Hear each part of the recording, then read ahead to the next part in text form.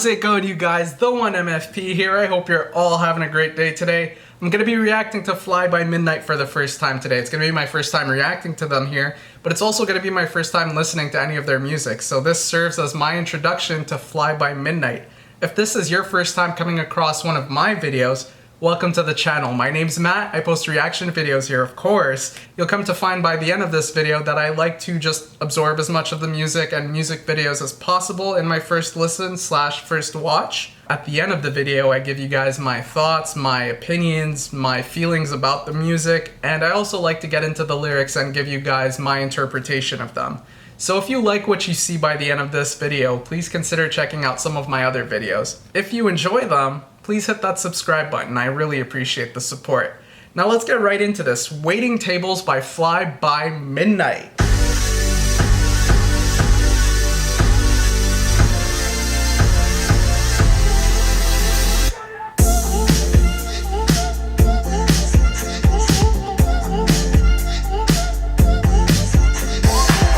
Already liking the vibe of this. They always do. To go down. Now I'm finally through, yeah. Searching for truth in a fictional town. I don't want your paper. No, I don't need your attention. Just say something and mean it. I got people coming just to go. I know. High school kids that always ghosts. Friends and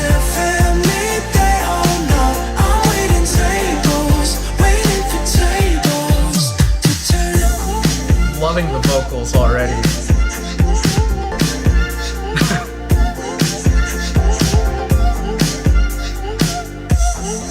Feels overdue. Feels like the old isn't meant for the new. I don't want your paper. No, I don't need your attention. Just say something.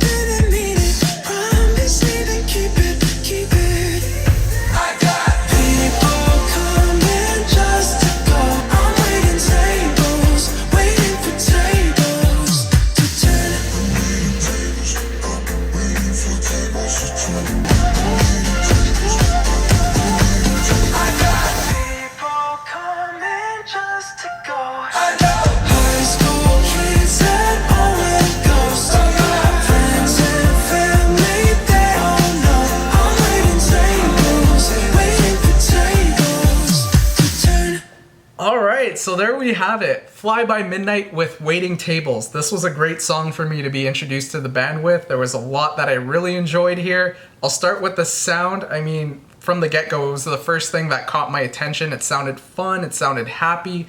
It inspired movement, and that's also supported by the music video really well. You know, you have these two guys on the roof of a house, they're moving along to the beat, which is pretty similar to the way I was feeling about the song as I was listening to it. Then on top of that, you have this confetti that comes in that adds to this fun atmosphere that's being set up for us.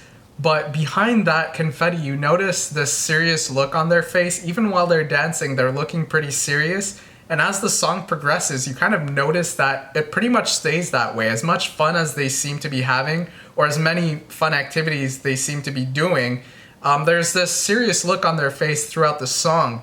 And, you know, verse 1, you notice that serious undertone really quickly as well in the vocal style. It's deep, which doesn't always have to necessarily be serious, but the lyrics come in and provide additional context that definitely makes those deep vocals feel serious. Now, much like the contrast we have in the joyful feel and sound of the instrumentals and the more serious undertones of the verse, both through the lyrics and the vocal style, we transition to a vocal style that sounds a bit more upbeat with its higher notes in the pre-chorus. For me personally, that transition from verse to pre-chorus, it provides me with information that makes sense of this juxtaposition of happy and seriousness. It's a juxtaposition that manifests itself in various ways throughout the song. We have the vocal styles, of course, we have the lyrics versus the sound of the song. We have the music video with, all these fun activities going on, but the more serious looks on their faces. So these transitions from the verses to the pre-choruses, what they do for me is they provide me with information pertaining to how the joyfulness and the seriousness manage to coexist. And I'll get a little bit more into that as I cover the lyrics. But while I am on the topic of vocals, I do want to mention that I really enjoyed both their vocals. I mentioned this as I was listening to the song. I just find that their voices complement each other really well, and they take advantage of that with the structure of the song. I mean, if we look at the verses and the pre-choruses, those are taken care of by separate individuals, but they're separated in a way where they're equally as long. So, you have equal amounts of lines between the verses and the pre-choruses. And then you have this chorus that's more of a combined effort, so it just feels like the song is structured mindfully in a way that allows their chemistry to thrive. And yeah, I think that pretty much covers what I thought about the sound of this song. Overall, a great dynamic listening experience, and what I mean by that is you have different elements of sound coming together really well to work cohesively together to take the listener on an interesting journey. Now it's time to get into the lyrics. The first thing I want to mention are some lines from the chorus. They're lines that definitely stood out for me, and I think that's really important for songs, especially in the pop domain. You need to have these lines that linger with the listener, that has them coming back to listen to the song again. And I mean, essentially, that's what a hook is supposed to do. It's supposed to grab the listener's attention, and in this song we have I'm waiting tables, waiting for tables to turn.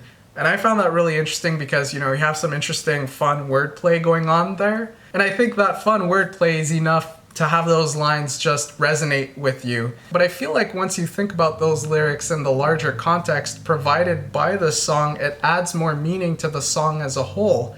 So what I'll do is I'll start from the top here. Verse 1, they always do. They come around when it starts to go down. Now I'm finally through searching for truth in a fictional town. So when I heard that verse, the first thing that came to mind is maybe he's in a bad mind space, and that's what this fictional town represents. It's just this place in his mind where everything just seems so negative. And in that sense, the word they represents thoughts. They come around when it starts to go down. So once things start looking bad for him, these thoughts start to enter his mind and they start to force him into this fictional town. Once in this fictional town, it becomes harder for him to see things clearly because everything just has a negative spin on it. So for him to say, now I'm through, it seems to be him taking action to force himself out of that space. And that would support what is being seen in the video, in that, you see these two guys trying to have fun despite this serious look on their face. Maybe they're in this negative mind space and they're doing all these activities to get themselves out of that place. However, we do have this chorus where they say, I got people coming just to go. I know high school kids that all went ghost, but my friends and family, they all know I'm waiting tables, waiting for tables to turn. So perhaps people is something that relates to the they that they're talking about in verse 1. And with that said, that pretty much changed how I was hearing the song. All of a sudden, this fictional town wasn't so much a place in his mind. I guess in a way it kind of was a place in his mind in that it was about his perception of his environment. He mentions people coming just to go, high school kids that leave this town.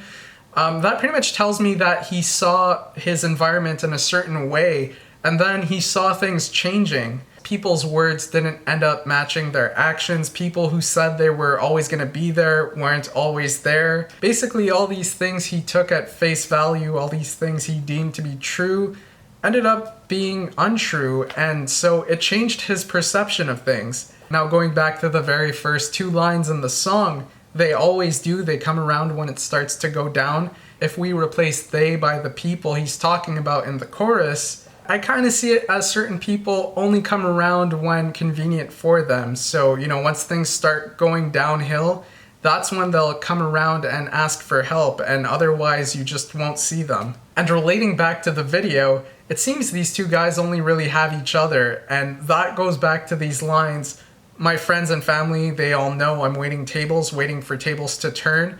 It suggests that, these guys know that the only people they really have are those who are close. So they're close friends, they're family members, they're close enough to know what's going on and what is needed, and therefore there is a certain level of trust built there.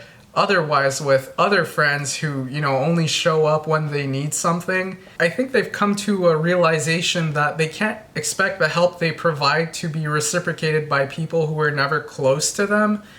Some people are opportunists and they will take your help when you need it, and they will disappear once you can't help them anymore or once you need help. It's at times like those that close friendships start becoming more apparent, and where the importance of the care of your family members also becomes important, because you start noticing that they're the people who really understand your situation and who are willing to help you in the ways that you need help. And I feel like that concept of getting help in the ways that you need help is really important to this song, because for one, perception is huge throughout this song. We're talking about truth a lot, but we're also seeing allusion to financial issues. With the end of the chorus, we have them saying, "I'm waiting tables, waiting for tables to turn."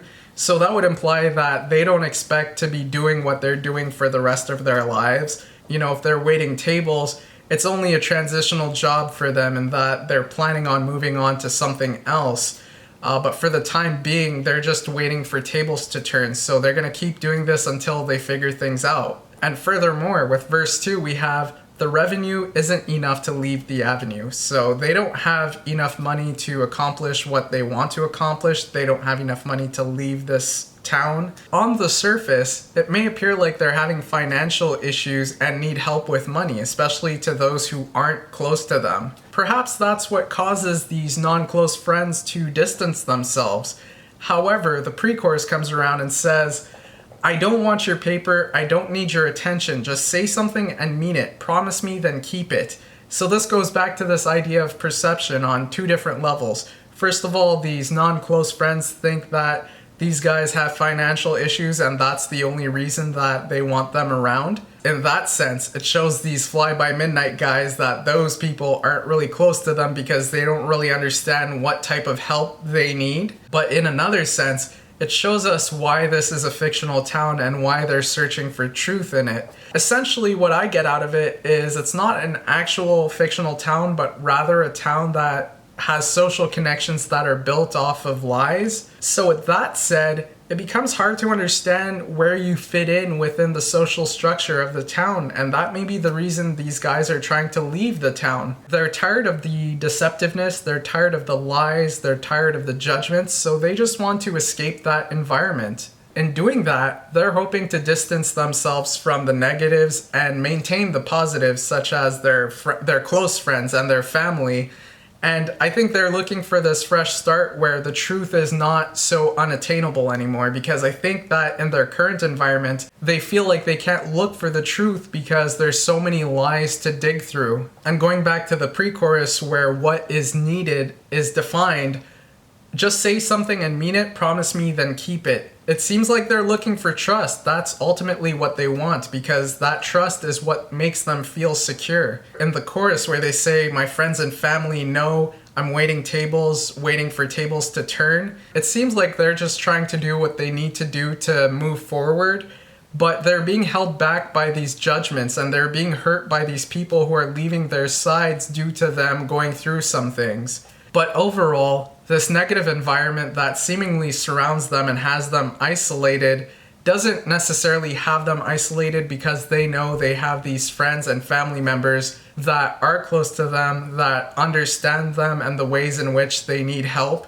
So that is the positive light in all of this. That is this hope that helps them get through. And yeah, that's what I thought of Waiting Tables by Fly By Midnight.